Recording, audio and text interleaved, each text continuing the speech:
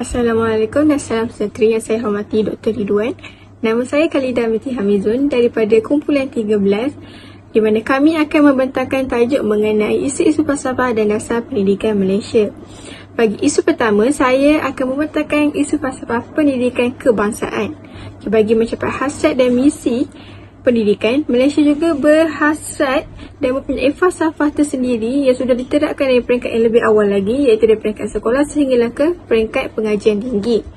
Falsafah pendidikan ini menjelaskan tujuan dan matlamat pendidikan untuk individu dan juga negara. Oleh itu, terdapat 5 penumpuan falsafah pendidikan kebangsaan yang wajar kita utamakan, iaitu FPK ataupun falsafah pendidikan kebangsaan berhasrat untuk memupuk insan yang seimbang dan harmonis melalui pendidikan secara berterusan. Kesepaduan serta keseimbangan harmoni tersebut merujuk kepada 4 aspek utama, iaitu jasmani, emosi, rohani dan juga intelek, di mana keseimbangan ini boleh dicapai melalui proses pengajaran dan pembelajaran di dalam kelas ataupun di pengajian tinggi. Asas utama kesepaduan 4 aspek utama tadi, iaitu jasmani, emosi, rohani dan juga intelek, adalah untuk melahirkan insan yang seimbang, harmonis, berpaksikan kepercayaan dan kepatuhan kepada Tuhan, di mana kita sebagai rakyat Malaysia perlu mengamalkan 5 rukun negara. Dengan itu, individu tersebut berupaya menyumbang kepada keharmonian dan kemakmuran keluarga, masyarakat dan juga negara. Oleh itu, panduan dalam pembentukan sistem pendidikan di Malaysia perlu dikaji secara menyeluruh bagi memantapkan pencapaian akademik terhadap pelajar maupun bidang pendidikan di negara kita. Tambah baik kurikulum. Pendidikan ni merupakan aspek penting seiring dengan kemajuan dan pembangunan di negara kita maupun luar negara. Sistem teknologi yang semakin berkembang pesat, canggih, semua ni telah memberi kesan kepada pendidikan di negara kita. Ianya menjadikan kemudahan pantas, jelas dalam menguasai pelbagai ilmu. Namun begitu, terdapat satu masalah yang timbul bila pengisian kurikulum dalam pendidikan yang menjadi penentu dalam perkembangan para pelajar dan murid-murid di sekolah. Pilihan dalam pendidikan ni menyebabkan berlakunya jurang dalam masyarakat kerana ia tidak mengikut keperluan yang harus dipelajari oleh pelajar tersebut. Hal ini terjadi apabila bahasa India, Cina tidak dimasukkan dalam pengajaran di sekolah kebangsaan, di mana ia telah memberi kesan kepada keharmonian dalam masyarakat. Sebagai contoh, pelajar India, Cina dan Melayu tidak bergaul secara sama rata. Hal ini terjadi disebabkan pelajar India ataupun Cina tidak fasih bertutur dalam bahasa Melayu. Baik. Guru berperanan sangat penting untuk memastikan perkara ini dapat diatasi. Guru perlu mengetahui latar belakang pelajar serta minatnya sebagai individu supaya proses pembelajaran ini dapat dijalankan secara lancar. Perkara ini memudahkan lagi guru untuk berinteraksi dengan pelajar dengan menggunakan kaedah-kaedah yang lebih kreatif dan berkesan semasa proses PTPC berlangsung. Sebagai contoh, penggunaan teknologi seperti kuis maupun nota di dalam website ataupun tayangan video mengenai isi pelajaran, semua ini dapat menarik minat para pelajar dan menjadikan mereka lebih berkemahiran dalam penggunaan teknologi. Hal ini dapat melahirkan pelajar yang lebih berilmu dan berpengetahuan tinggi dalam pelbagai bidang yang mereka cuburi. Pendidikan membentuk rakyat berakhlak. Pendidikan memiliki peranan yang sangat penting dalam membentuk rakyat yang berakhlak.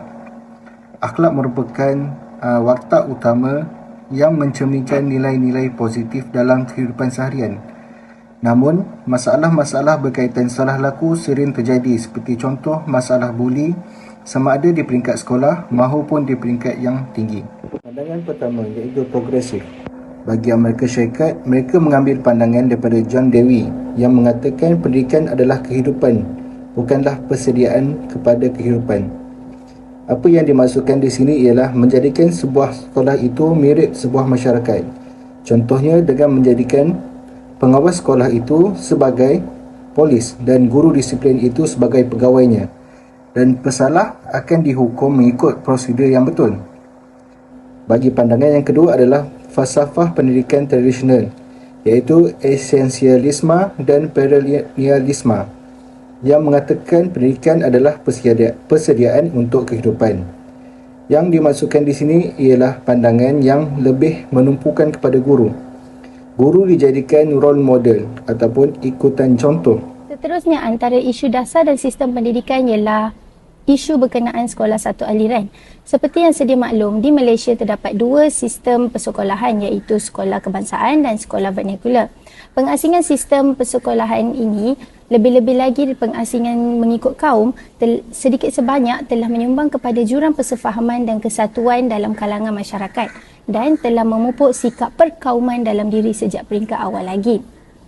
Oleh itu, pelaksanaan sistem pendidikan satu aliran di sekolah menggunakan satu bahasa pengantar sahaja dapat membantu mewujudkan perpaduan dan integrasi nasional. Namun, hal ini telah menyebabkan kaum Cina dan India menjadi khawatir kerana bahasa dan adat mereka tergugat, seterusnya akan dilupakan oleh generasi akan datang. Hal ini demikian kerana masing-masing ingin mengekalkan tradisi dan kebudayaan tersendiri. Mereka melaksanakan sistem persekolahan seperti SJKT dan SJKC dan menjadikan bahasa ibunda mereka sebagai bahasa pengantar. Menurut tokoh akademik Prof Emeritus Tan Sri Koo Keng Kim, beliau menyokong konsep sekolah satu aliran yang menggunakan bahasa Malaysia sebagai bahasa pengantar, bahasa Inggeris sebagai bahasa kedua dan bahasa ibunda kaum Cina dan India boleh diperkukuhkan lagi dan diperluaskan lagi pengajarannya di sekolah. Dengan itu, melalui sekolah satu aliran seperti ini, murid-murid masih berhak mempelajari bahasa ibunda masing-masing. Dan di samping itu dapat memupuk semangat perpaduan di bawah satu budaya sosial. Justeru, kewujudan sistem pendidikan satu aliran ini dapat membina sebuah negara yang maju walaupun negara dihuni berbilang bangsa. Seterusnya ialah isu pendidikan dan cabaran. Yang pertama, jurang pencapaian. Seperti yang kita ketahui, pencapaian pelajar sekolah bandar jauh berbeza dengan pencapaian pelajar sekolah luar bandar. Pada peringkat awal, pembangunan pendidikan di Malaysia hanyalah tertumpu pada pembangunan pendidikan di sekolah bandar.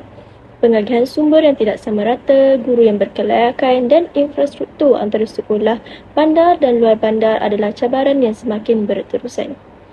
Sekolah bandar sering mendapat manfaat daripada pembiayaan yang lebih baik, akses kepada teknologi dan pelbagai aktiviti ekstrakurikular.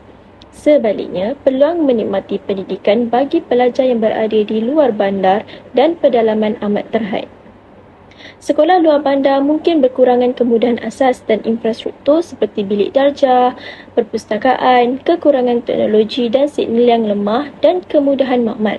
Perbezaan ini boleh mengakibatkan pengalaman pendidikan yang tidak seimbang kepada pelajar-pelajar yang berada di sekolah luar bandar dari segi pertumbuhan peribadi dan juga akademik mereka. Yang kedua ialah pelajaran berfokuskan peperiksaan dan juga pencapaian. Sistem pendidikan semasa di Malaysia adalah masih sebahagian besarnya berorientasikan peperiksaan dengan penekanan yang kuat terhadap pencapaian individu. Sistem pendidikan yang berorientasikan peperiksaan sebenarnya melahirkan murid yang lebih realistik dan juga mengutamakan diri sendiri dengan tujuan untuk mendapatkan keputusan yang baik dalam peperiksaan. Ia juga membawa kepada kurikulum sempit yang mengutamakan hafalan daripada berfikir secara kreatif dan kritis dalam menyelesaikan sesuatu masalah. Sistem pendidikan ini juga akan menyebabkan kegagalan dalam membangunkan murid yang holistik, bersepadu dan juga seimbang dari segi jasmani, emosi, rohani dan intelek. Sedangkan di peringkat usia sebegitu, mereka perlu didedahkan dengan ekologi pembelajaran yang memberangsangkan. Mereka juga seharusnya diberikan peluang untuk membina keupayaan diri dalam semua aspek perkembangan melalui persekitaran yang membantu memotivasikan diri mereka untuk belajar. Pendekatan ini juga boleh menghalang keupayaan pelajar untuk menggunakan pengetahuan mereka dalam konteks dunia yang sebenar. Isu yang ketiga ialah kesejahteraan dan juga kemakmuran. Pendidikan di Malaysia menggalakkan persaingan yang disebabkan oleh kewujudan peperiksaan sebagai kayu ukur kepada kecemerlangan akademik seseorang. Situasi ini telah mengakibatkan hilangnya perasaan kerjasama dan juga tolong-menolong antara murid-murid. Hanya murid yang berjaya sahaja mendapat perhatian, pujian dan juga pengiktirafan daripada guru dan sekolah. Oleh itu, perkara ini akan menyebabkan murid-murid lain yang tidak mencapai kecemerlangan akademik yang sama merasa rendah diri dan juga kurang dihargai. Secara tidak langsung, keharmonian antara murid akan berkurangan kerana menganggap guru dan sekolah bersifat pilih kasih. Sekolah dan rumah merupakan institusi pendidikan yang berasingan. Guru dan ibu bapa tiada komunikasi dan perhubungan untuk sama-sama membantu pendidikan murid-murid. Malah bukan itu sahaja, pendidikan di sekolah juga tidak menekankan aspek kemanusiaan dan juga kemasyarakatan kerana terlalu berorientasikan akademik dan terikat dengan silibus dalam buku teks. Antara isu lain dalam pendidikan di Malaysia ialah masalah ketidakseimbangan jumlah graduan dengan kebolehpasaran peluang pekerjaan. Hal ini kerana setiap tahun ribuan graduan memasuki peluang pekerjaan selepas tamat pengajian, namun malangnya tidak semua daripada mereka mendapat peluang pekerjaan yang selayaknya dengan kelayakan mereka. Hal ini disebabkan oleh beberapa faktor. Yang pertama, disebabkan oleh semakin banyak syarikat yang telah beralih ke bidang teknologi dan perkhidmatan berbanding pekerjaan berbentuk fizikal. Oleh itu, graduan dengan kelayakan dalam bidang-bidang yang tidak lagi dikehendaki oleh pasaran pekerjaan kurang mendapat peluang pekerjaan.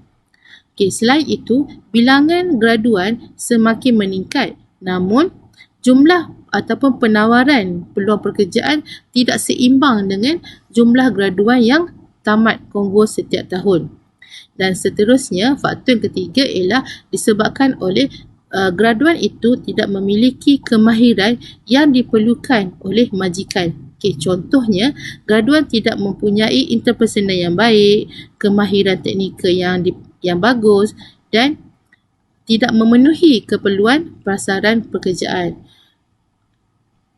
Oleh itu, penting bagi graduan untuk mempersiapkan diri dengan kemahiran yang diperlukan dalam pasaran peluang pekerjaan semasa. Di samping itu, isu lain dalam pendidikan ialah masalah guru yang masih tidak mahir dalam menggunakan teknologi maklumat. Hal ini disebabkan guru mengalami kesukaran dalam menggunakan perisian ataupun aplikasi yang diperlukan dalam proses PDPC di dalam bilik darjah. Sedangkan teknologi maklumat telah menjadi satu perkara yang penting dalam proses PDPC hari ini.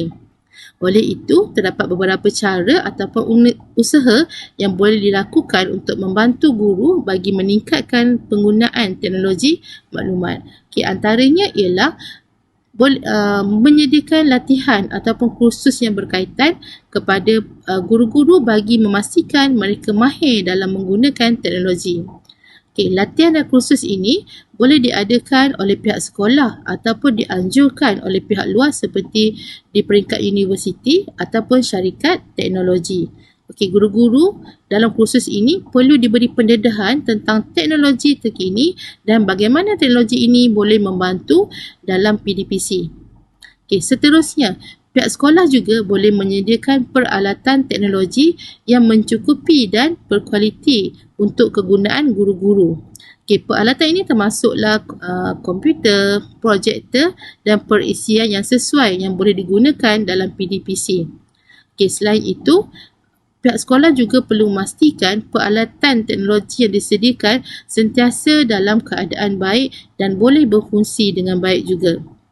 Okey, yang ketiga, tindakan yang boleh dilakukan ialah guru-guru juga perlu diberikan sokongan dan bimbingan dalam penggunaan teknologi maklumat. Okey, sebagai contoh, pihak sekolah boleh menyediakan sumber rujukan seperti laman web ataupun video tutorial bagi membantu guru-guru dalam menggunakan teknologi maklumat. Okey, selain itu, bantuan guru muda juga boleh dilakukan ataupun dilaksanakan bagi membantu guru-guru senior yang kurang mahir dalam penggunaan teknologi maklumat. Okey, jelaslah bahawa teknologi maklumat dalam pendidikan ini mempunyai potensi yang besar dalam membantu PDPC lebih menarik dan membantu pelajar supaya lebih interaktif dalam PDTC dalam bilik darjah.